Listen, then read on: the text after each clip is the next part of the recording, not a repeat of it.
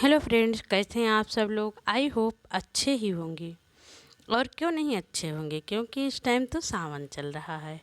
तो आइए आज हम बात करते हैं, हम सावन स्पेशल में लेकर आते हैं 12 ज्योतिर्लिंगों के बारे में। तो आज हम लेकर आए हैं भीमा शंकर ज्योतिर्लिंग, महत्व और पौराणिक कथा क्या है इसके पीछे, और इसको वहाँ जाने से कौन सी मनोकामनाएं पूर्ण होती हैं। तो आइए इस बारे में बात करते हैं। तो दोस्तों, जैसा कि आप लोग जानते हैं, भारत एक ऐसा देश है जहां धर्म, संस्कृति और आध्यात्म जीवन के हर पहलू में बहुत गहराई से जुड़ा हुआ है। अभी आप लोगों ने महाकुंभ में ही देखा होगा, इतनी भीड़ कि विदेशी लोग भी हैरान हो गए हमारे भारत की भीड़ देखकर, प्रेम देखकर, आस्था देखकर, अनेकता में एकता देखकर। कहाँ कहाँ से लोग चले आए। और राम मंदिर जब बना तो भी, और इस टाइम कांवड़ यात्रा में सड़कों पे भारी भीड़ दिखेगी आपको भगवान भोलेनाथ के प्रेम में। तो आइए, इन्हीं में से एक दिव्य ज्योतिर्लिंग है भीमा शंकर।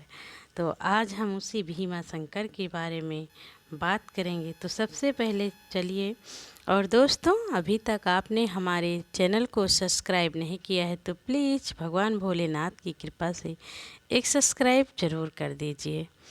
और हम आपको दर्शन कराने ले चलते हैं भीमा शंकर के, और इसके पीछे जो मान्यता है, कथा है, हम उसको भी आपको सुनाएंगे कि पौराणिक कथा क्या है। तो सबसे पहले परिचय कराते हैं। आइए, ज़्यादा देर न करते हुए, भारत को धार्मिक और आध्यात्मिक परंपराओं की भूमि कहा जाता है। जो यहाँ के कोने कोने में ऐसे तीर्थ स्थान मौजूद हैं जो न केवल भक्तों के आस्था के केंद्र हैं, बल्कि पौराणिक काल से चली आ रही कहानियों का प्रतीक भी है। इन्हीं में से एक अत्यंत पवित्र स्थल है भीमा शंकर ज्योतिर्लिंग, जो कि 12 ज्योतिर्लिंगों में से एक है। ये महाराष्ट्र के पुणे जिले के सह्याद्री पर्वत श्रृंखला में स्थित है और समुद्र तल से लगभग 3250 फीट की ऊंचाई पर स्थित है। ये स्थल प्रकृति की गोद में बसा हुआ है। तो आइए भीमा शंकर ज्योतिर्लिंग के महत्व के बारे में जानते हैं।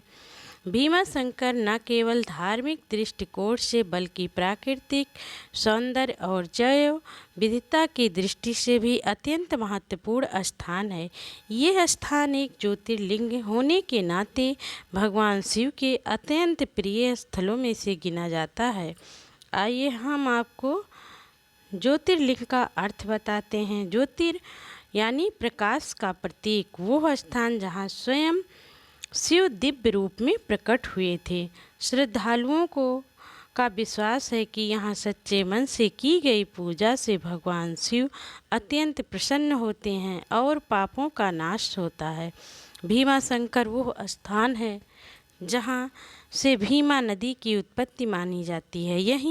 यह नदी कृष्णा नदी की एक प्रमुख सहायक नदी है और इसे भी शिव जी का आशीर्वाद प्राप्त है। भीमा शंकर मंदिर का स्थापत्य भी अत्यंत भव्य है। ये मंदिर नागर शैली में बना है और इसकी छत, स्तंभ और दीवारों पर अनेक पौराणिक चित्रांकन भी हैं जो हमारी कथाओं से संबंधित है। तो आइए भीमा शंकर से संबंधित पौराणिक कथा को सुनते हैं। तो भीमा शंकर ज्योतिर्लिंग से जुड़ी एक प्रमुख कथा है जो राक्षस भीम, कुंभकर्ण का पुत्र, से संबंधित है। पौराणिक मान्यताओं के अनुसार जब रावण के भाई कुंभकर्ण का वध भगवान श्री राम द्वारा किया गया, तब उसके पुत्र भीम ने बदला लेने का संकल्प लिया।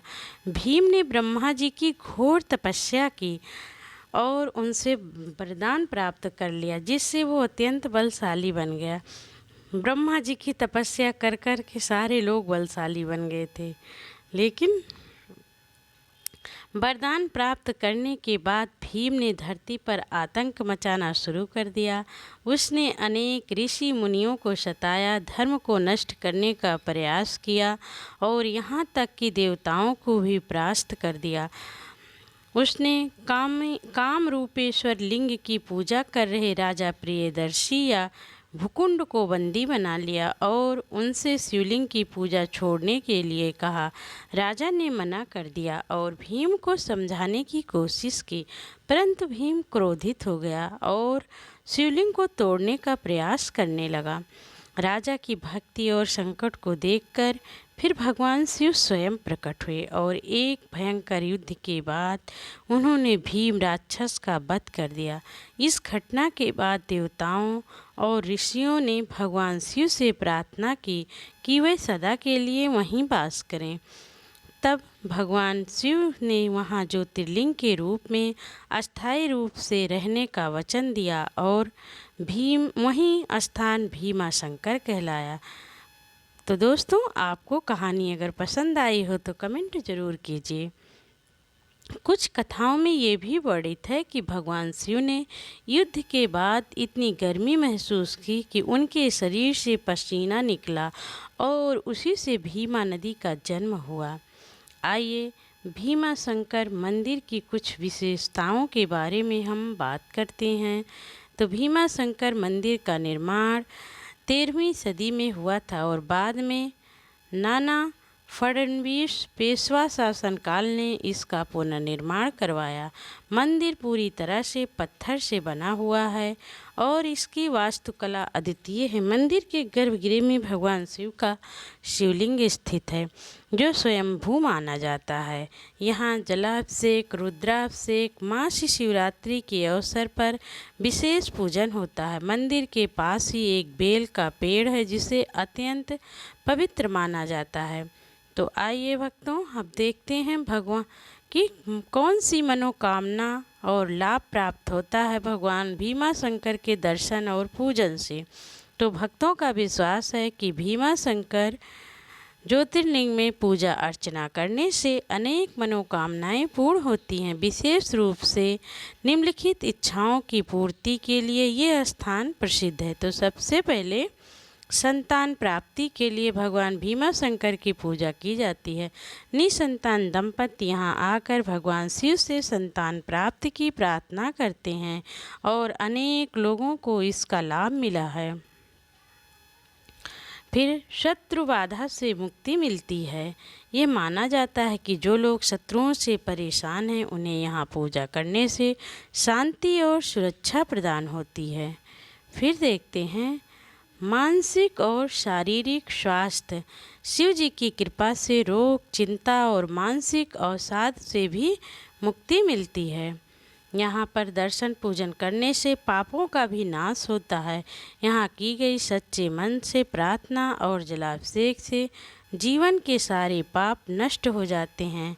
आध्यात्मिक उन्नति भी मिलती है। भीमा शंकर की भूमि पर साधना और ध्यान करने से आत्मिक शांति और शिव से साक्षात्कार अनुभूति होती है। आइए अब जाने कि हम लोग कैसे पहुँचे भीमा शंकर मंदिर। तो भीमा शंकर पुणे से लगभग 110 किलोमीटर की दूरी पर स्थित है।